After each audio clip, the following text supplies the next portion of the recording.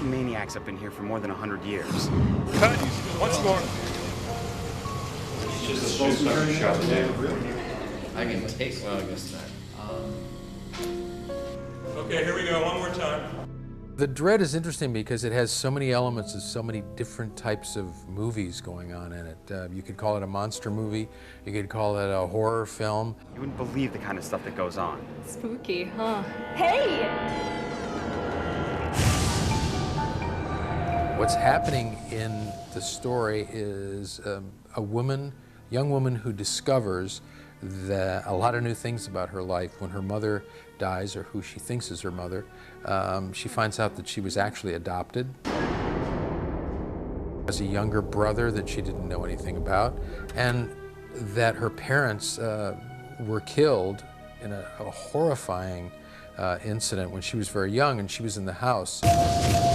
She finds out that the younger brother is now in an asylum of sorts, and she decides to go to the asylum to, you know, reconnect with him and see what's going on.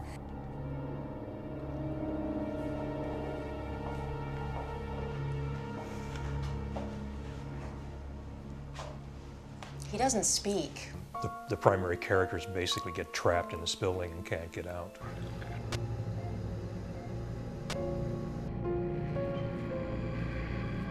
You know, the group gets smaller and smaller because people are dying.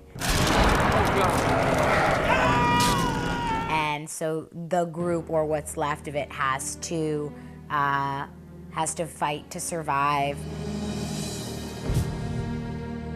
We decided that we had to have some kind of demonic character that was doing this killing, and we didn't want the character to be just a normal human being. We wanted it to be something that was, you know, more interesting, more frightening.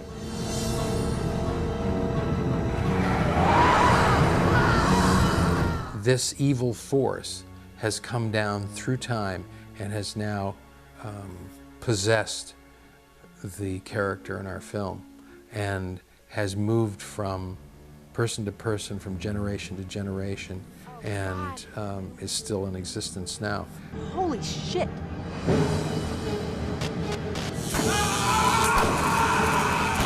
Jesus Christ.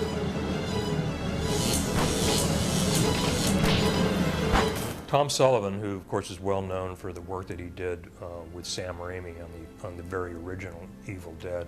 He was the creature designer and physical effects designer.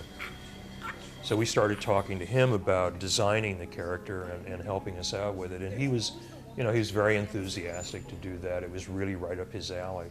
In the script, it's very amorphous. It's very not described. It's a shadow, it's a shape. It's not even described as a human figure, really.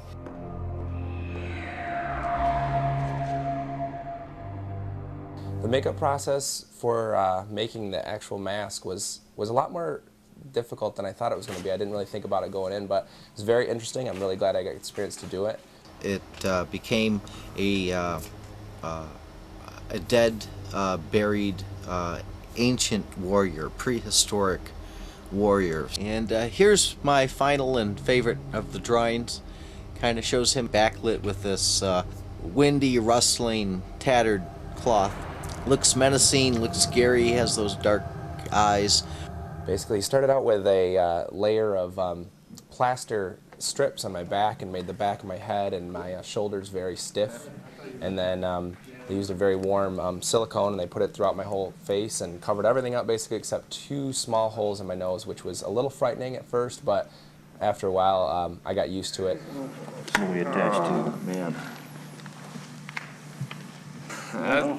It wasn't that bad. On the outside.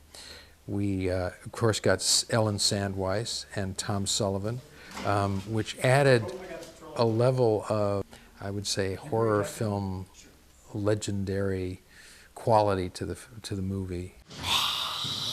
I had to audition, and I got the part of Dr. Borston, a caring, dedicated, if not little bit insubordinate psychologist at this hospital who makes the breakthrough with this young man leading to really tragic results for everybody. I loved working with Tom Sullivan again after all these years. It was like a homecoming. And so then to have him be this kind of soft-spoken psychiatrist in The Dread, it was fun. It was really great. One of the highlights for me in acting was I got to have a scene with Ellen Sandweiss. Roll sound, please. Speed. Rolling. Marker. And action. What's this? Response therapy. We have tried every possible form of response inducement in this patient. I thought I'd try something a bit more radical. Before we're both horribly mutilated by the creature that I designed. Hey, Doc.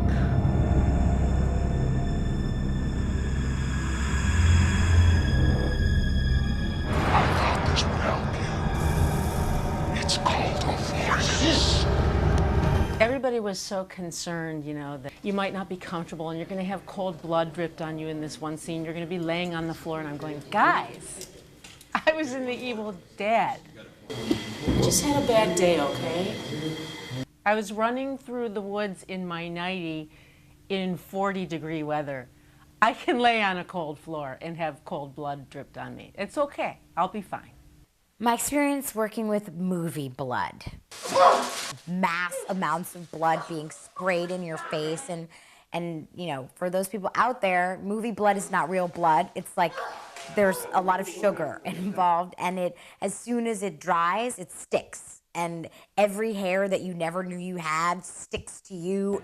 Oh. Is that necessary on my neck? Well, she's got one more neck. Okay. Is that enough? Just a little more on her shirt.